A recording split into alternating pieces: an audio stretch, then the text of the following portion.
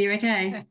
I'm well, thank you. And hello to everyone joining us for episode 7 of A Measure of Marketing, all about web design with Beth Rawlins, our first ever guest. Hello, Beth. Hello, everyone. How are you? I'm great. Yes, not too bad, thanks. Really Good. exciting to be the UK? first ever guest. Yeah. First ever guest. Thanks so much for joining us. I'm excited. So Beth and I have worked together on some client work. Beth worked on my website as well. It's nice to introduce you both together as well, having worked with both of you over the last year. This topic is paramount to what Hayley and I do in our daily lives, working with small business owners, an important topic that business owners have a lot of questions around, it fits into the whole integrated marketing plans that we work on with small businesses as well. So we know that you're the expert, Beth, on this. Hayley and I have a generalist view across lots of different topics, so I'm excited to talk all about websites today. Yeah, me too. Why don't you introduce yourself, Beth? Let's hear a bit about you and your experience. Yeah, cool. Okay, well, I'm Beth Rawlins and I run a web design studio called Pie Heart Studio. We're a tiny team. We have copywriters and graphic designers on the team as well. So we really focus on small business owners, but building websites that attract more leads and clients. This is why I have copywriters and graphic designers on the team as well, because obviously the web design is important, but there are other parts. I'm sure you'll agree with me that copywriting is really important for a website and getting it to look really good. So and then we deal with a lot of website strategy as well. So really focusing on the strategy of the user journey through the website and getting them to click on that call to action at the end. So we have a sort of holistic view of websites, that's what we focus on the web in the web design studio. Nice. I guess probably the starting point is a conversation we was just having when we was chatting before we hit record around the importance of a website, and I jumped in with how important I think a website is. And there's a difference of opinion. Hayley, you share your story about starting your business and when you brought your website in. So I agree with you. A website is highly important and a must-have for any small business. When I started out in June 2017, I didn't start working on my website until December. And I think I was in the flow of work that when I went freelance, when I went self-employed, I just had the work, I was going with it. But equally, there was a fear. There was a fear of putting myself out there in the shop window of having a website. I didn't want a logo, and I didn't have a logo for 4 or 5 years. It was just my name.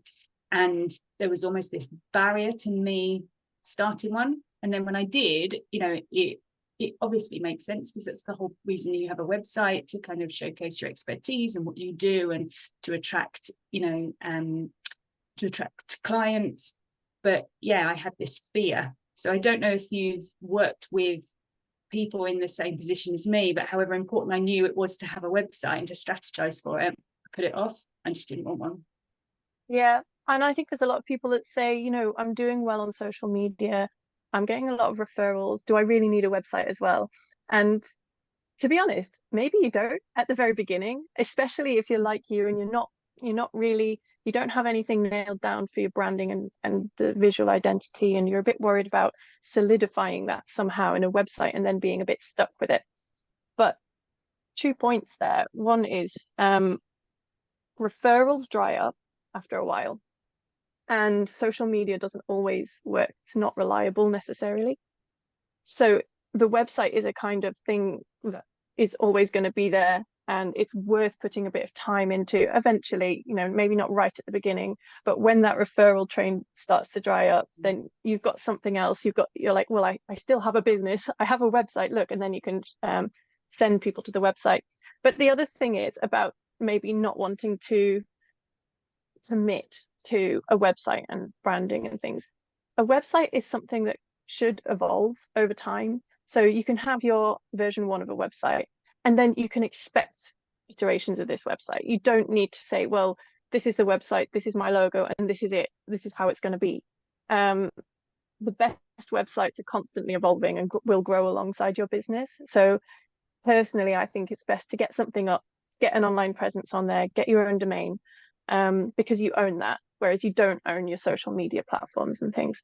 And then just grow the website and expand. And it doesn't have to be a full-blown fancy thing right from the beginning, but just having that online presence is it's just a big credibility boost for your business. And when you say grow your website over time, what do you mean by that, Beth? So, I mean, you could start off with a landing page. You could say, this is who I am, this is an overview of my services, and this is how to get in touch with me. I would say that's like the minimum you need. As long as it's connected to your own domain, so people can see it belongs to you, it's a professional platform. And over time, you can add more pages, you can add a blog, you can add a mailing list, you can add other things, but you don't need like 6 to 10 page website right at the beginning with all the bells and whistles. I think it's good for websites to grow in terms of content. Like if you're blogging, it's quite good to increase the amount of content you've got on the website, because that helps search engines find you. So that's one way, I mean, to grow your business, but the other way is just to grow your website, but the other way is just to evolve your website. As your business grows, you might want to add new things, you might want to change it, but it's really important to know that websites don't and shouldn't be static. They should evolve and they should grow as your business grows. Yeah, and that's similar to what we did with mine, wasn't it? So I started with a website that I built myself, probably in a bit of a rush.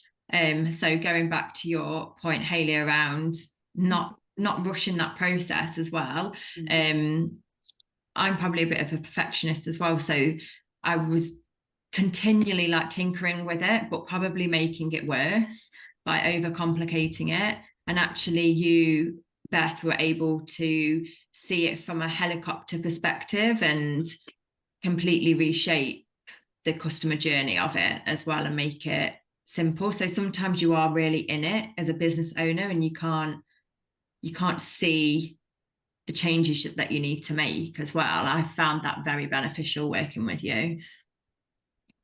Yeah, it's one of the reasons I'd suggest keeping it really simple when you're just starting out, or if you're just starting out, with a new website and a new business, and then growing it strategically. And I always recommend not actually tweaking it and tinkering every day, but maybe every 3 months. So every time you think, oh, I should add that to the website, or I should just, change up or add a new page, just write it down, make a list of the changes you want to make. And then every 3 months, or I do it every 6 months, overhaul your website. Because that means that you can look at all the changes you've been wanting to make and do it strategically. And it means that you're not just adding willy-nilly with no plan, and you end up with a bit of a mess, and you end up just adding stuff here and there without really looking at the website as a whole. So it sounds a bit counterintuitive when I'm saying your website should evolve and everything all the time, but actually giving it 3 months at least in between revamps means that you can look at it a bit more holistically and do a bit of an overhaul. And take out the bits that you need to take out and stuff.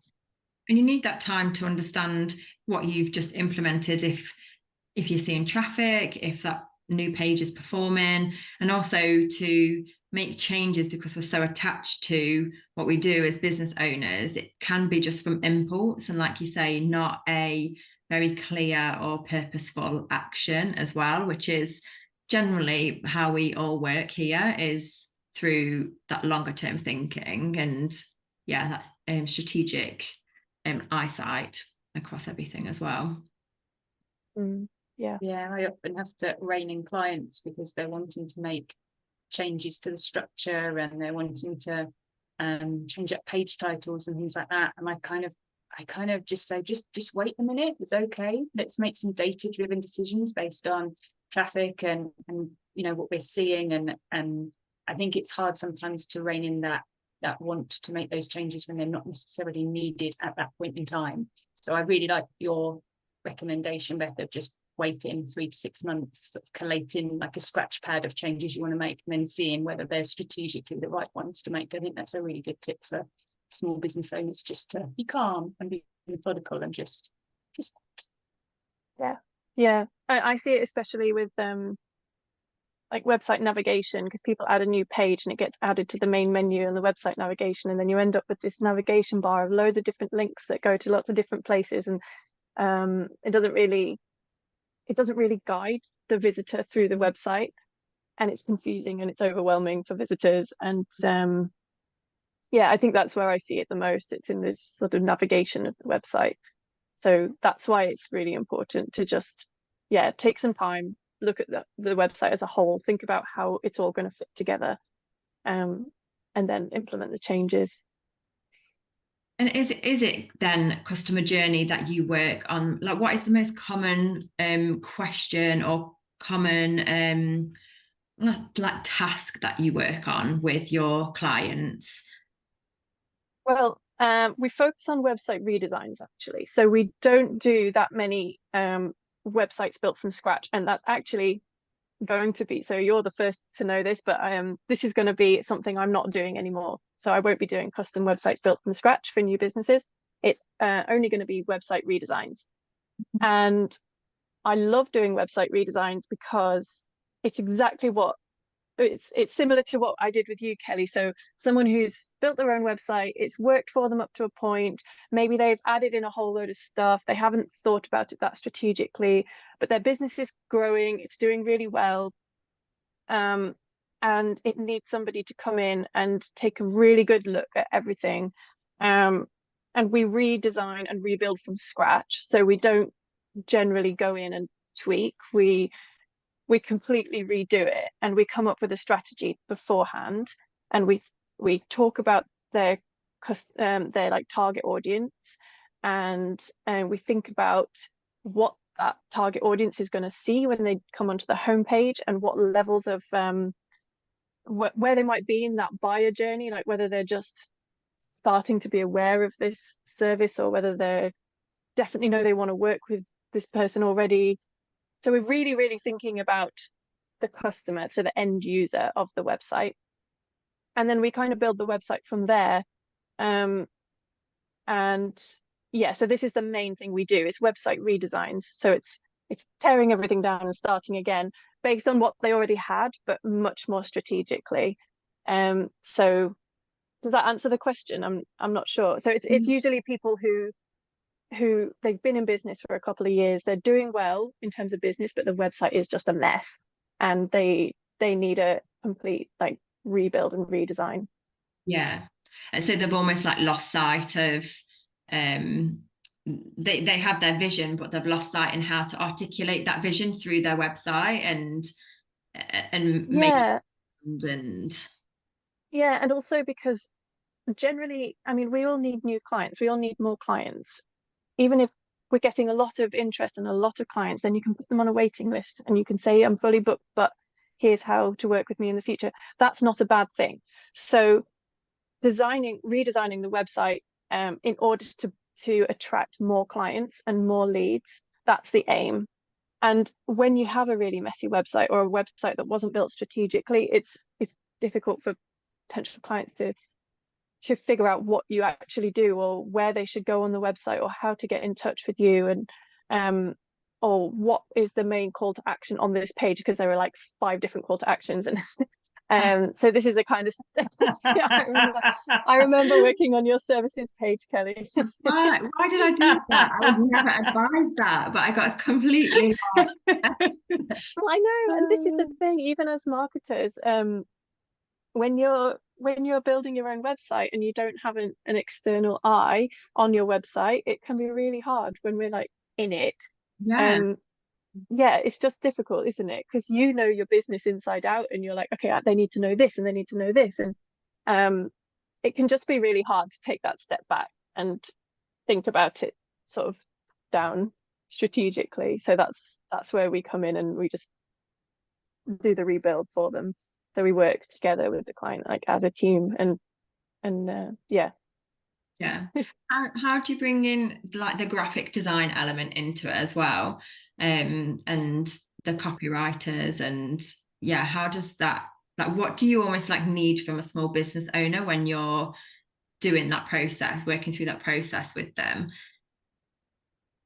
Well, working with a graphic designer came about because a lot of these businesses, when they come to me and say, I need a new website, or my current website it needs a revamp, they've also got some old, like maybe an older logo or some visual branding that they did a couple of years ago. Maybe it doesn't quite fit where they are, who they are anymore.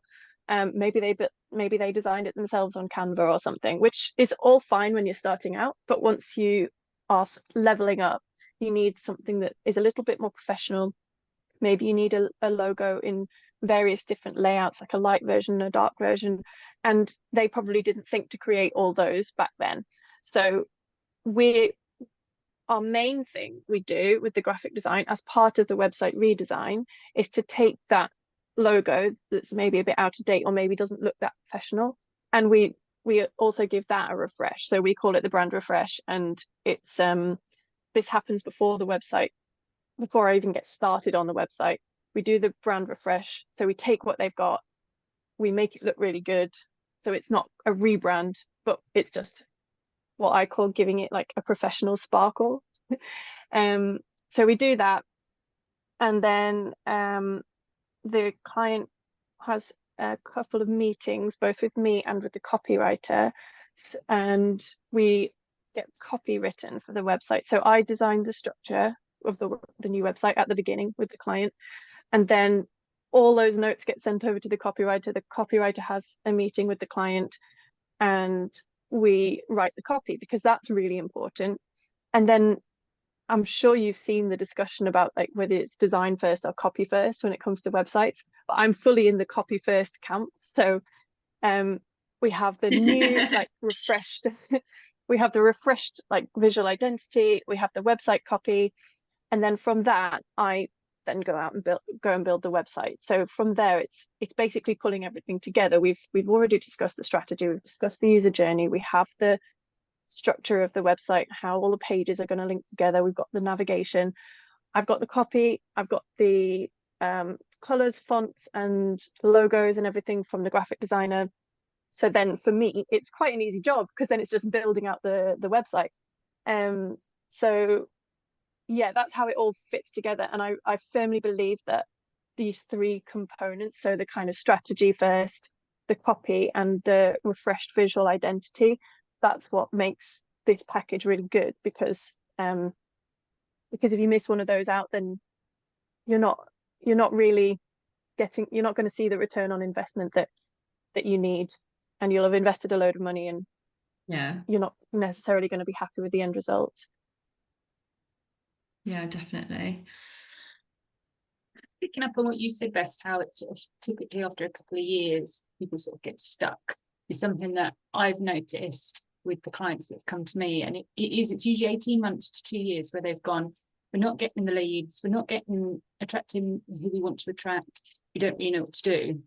And there's a real key piece for a marketing strategy to look at their audience and to look at their business objectives and align their marketing with those objectives, so that marketing's got a real structured approach for kind of like the next year, 18 months. How much do you rely on having a marketing strategy to kind of inform the design and your approach to building a website? Because whenever I've worked with a web designer, it's been the document that I've sent to kind of give you that top level overview. But I would assume if you've got people coming to you saying we're stuck, they may not even have that or have done that initial work. So how much does that affect you? So you're right, most of the time they haven't done that initial work. And so the first meeting that we have when we start the project is a strategy meeting. I call it a website strategy meeting because it's focused around the website, but it's kind of a brand and marketing strategy, but we do focus on the website. My ideal dream situation is that they first talk to someone like you and get that marketing strategy sorted out, and then they come to me. But but most of the time they don't, because they don't see that they need this wider level of marketing strategy. They're sort of focused on the website, and they think we just need a new website. So I wouldn't turn someone away who hasn't done that marketing strategy. And a lot of the time, if I say to them, you need to go and talk to a marketing specialist first and get this sorted out, they'll be like, well, maybe I don't have the funds for both that and the website redesign. And I get it. I really do get it. So we tend to do a lot of this strategy in the first part before any of the website is built, the copy is written. We think about, right, can we streamline your services so that you have a more streamlined offer, a clearer offer? Can we look at your target audience to figure out your messaging and who you're actually talking to? And do you need to change things up in terms of the way you in terms of the direction you're going or the niche you're going into? So we talk about these things, and after that, once they're clear on those, then we go into the next part, which is the copywriting, the graphic design, and the website development. So I do part of that, but it's for me, because of my background, it's always from a website point of view. But ideally they would first of all have a sort of overall marketing strategy discussion with somebody, because I focus on the website, but they should really be focusing on social media and other channels and the newsletter and everything that they have, all the different marketing avenues. Whereas I mostly talk about the website stuff. I think there's often a trait I find with small business owners who don't want to go through that strategy conversation or to talk at that top level. I think they see it as a bad use of time, or they kind of see it as a bit scary as well, that they have to kind of go quite deep and they have to kind of really reflect on themselves and what they want to achieve and where they're going, and that they're just really headstrong on the design and colours. And Kelly and I have checked this before. It's like, we want it to be red and blue, and we want a kind of a box, and we, and they don't step back. And I think there's such importance in doing that and taking it strategically that they sort of miss that step, or just go off and do it themselves without thinking. I have had clients in the past who were a bit surprised at what the first strategy meeting involves, because they thought that they were coming into this meeting to talk about what the website's going to look like and things, and it's like, we're not even going to go there in this. First of all, we've got some work to do. So buckle up. But most of them are actually like, oh, this is actually great, because I never thought about this stuff, and it's really made me think about my business. And it's the same when they have the meeting with the copywriter, because she's also great at pulling these things out of them, making them think about packaging up their services and writing about them in a different way. So they love it. They just don't realize that they're going to get it. Yeah, and like you say, it's a whole educational bit, isn't it? And that's hopefully what we're all providing to our clients anyway. And just going back to, I guess, the very first point that we made around the importance of a website. I've always worked in large corporate roles where there were big brands and the website was their hub. And I think what I've noticed with my smaller clients is that the strategy piece, and why I think the website is really important and it should be your hub, is like, where are you directing all your traffic? So I think small business owners, even when they have a website, maybe they see it in isolation, and then they see Instagram in isolation and LinkedIn. And that strategy is, as well as understanding your audience, is so how are you funneling people through? And for me, having that website and being your shop front is where everybody needs to go to. And then you've just got one place that you own, that you've got full control over, that isn't going to get wiped out when someone at Meta decides that they're making changes. And that you can always strategically build that and help that to grow and direct people to it.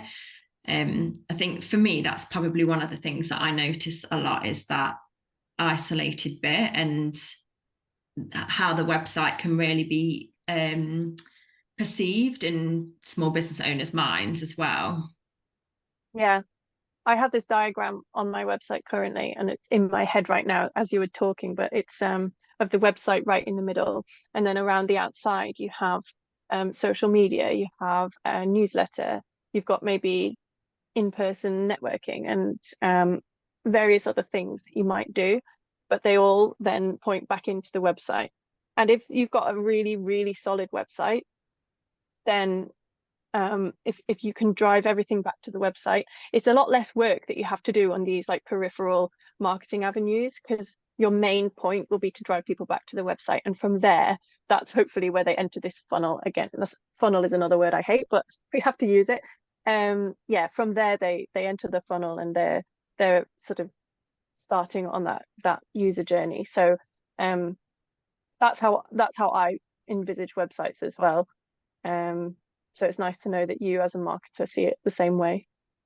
Yeah, absolutely. And I think that's probably one of the biggest educational points that I put across is, so you have a website or you've invested in it and you're updating it, and then what? Like, how do you actually perceive it as part of your bigger plan? And like, how are you going to nurture it and build it? And how are you going to see it as that priority figure across your plan? I think that's how I grew up. Like, that's how I've been developed over the years. But yeah, it does really work for me and my clients in that way. So yeah, nice. I want to talk about SEO. I don't know if that's we're going into a biggie here, because I do I'm get. happy to talk about it, but it's it could be a whole new Is it a like whole new podcast episode? there. Because it is a question that I'm often asked about. So like that, the difference between like the branding, the color, and then there's the customer journey, and then that that bit about nurturing it and then putting work into it, that again is purposeful and strategic. And you and I, Beth, have spoke about this in terms of my website and adding additional like landing pages to support like attracting people from different regions that are local to me. Yeah, how do you work with clients on that basis? Like, what do you advise and how do you simplify it for small businesses? Well, one thing to be clear on is that SEO, so search engine optimization, isn't the only way to get people to see your website. So this diagram that I described before of having your website in the middle and all these avenues around the outside, SEO is just one of those things to drive traffic to your website, but also posting on business directories, driving traffic from social media, having a QR code or a link on paper business cards or flyers, just sending people your website link when you connect with them. These are also all ways to drive traffic to your website, and it can often be more valuable traffic because these people have already seen something of yours and have been directed to your website. So a lot of people get very caught up on SEO and think that it's something that they need to be focusing on. They get hyper focused on SEO, and they prioritize it over making their actual website look great and thinking about what happens when people land on the website. So I'd say get the website sorted first, get it really, really good, then think about ways to drive traffic to your website. And SEO doesn't have to be the be all and end all. Obviously, after a while, if you really want to grow and if you really want to get eyes on your website, then it's worth thinking about.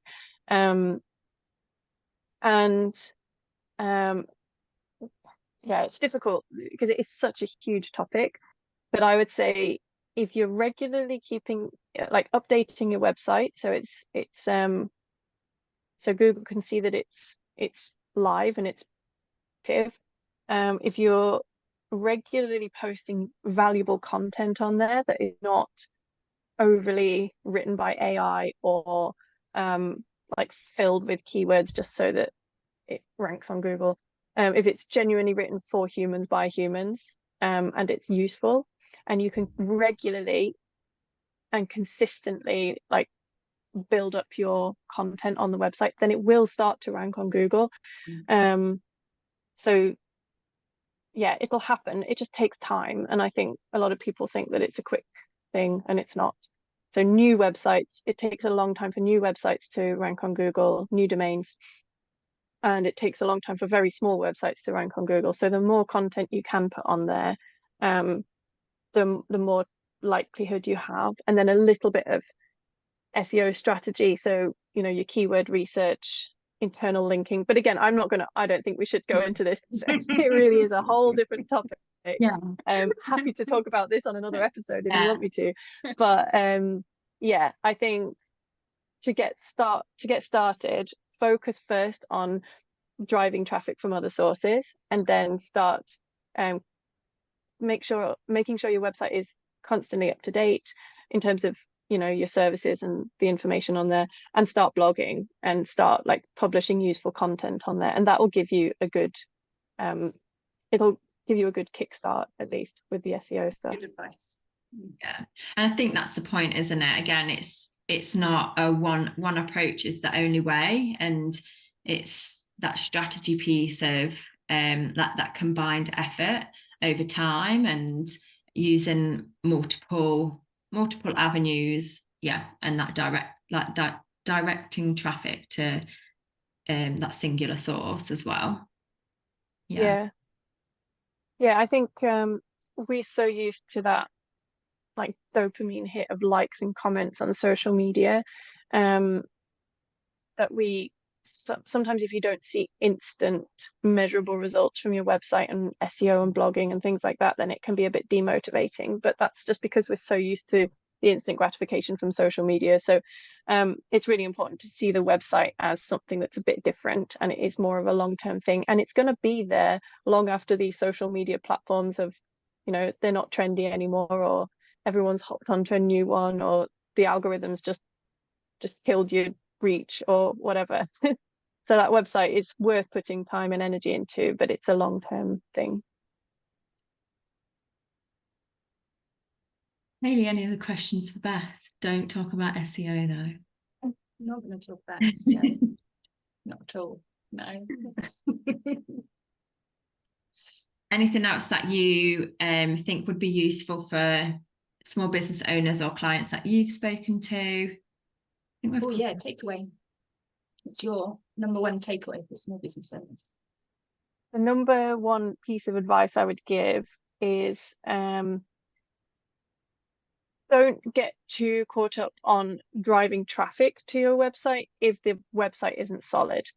And also, so it's two sides of the same coin. You need the website to be great, and you need to drive traffic, because if you focus too much on the website being amazing, but then nobody ever sees it, then it's not going to do anything for you. So I talk about credibility and visibility. Credibility is the website being great, showing you as a credible business. And then visibility is actually getting people to see your website, whether that's through SEO or driving traffic through other means. So don't focus on credibility without focusing on visibility, and don't focus on visibility without also focusing on credibility. So you need to really be thinking about both. That would be my main piece of advice. Nice. I really like that. Thank you. Thank you, Beth, for the conversation. It was great. I feel like there's so much more that we could talk about.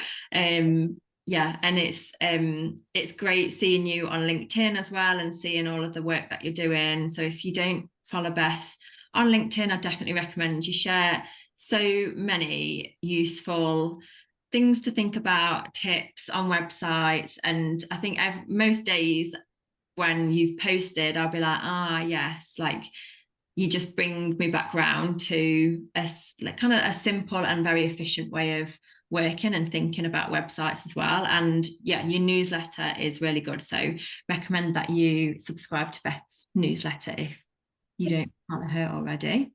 I want to take your quiz as well. I haven't done your quiz. I need to do that. Oh yeah, I've got all kinds of things for people to do. Yeah. Quizzes, newsletters, LinkedIn. Yeah, so the quiz is to help you to think about like the strategic direction of your website and things that you can invest a little bit more time and energy into. But yeah, it just helps to really simplify, almost like next steps for you, having a little to-do list, really. Yeah, it's kind of to like identify areas you may have missed or not thought about with your website. So that's what the quiz does really well. Yeah, I really enjoyed completing it and then reading the results as well. And I've got it in my inbox now to go over. Yes, really helpful.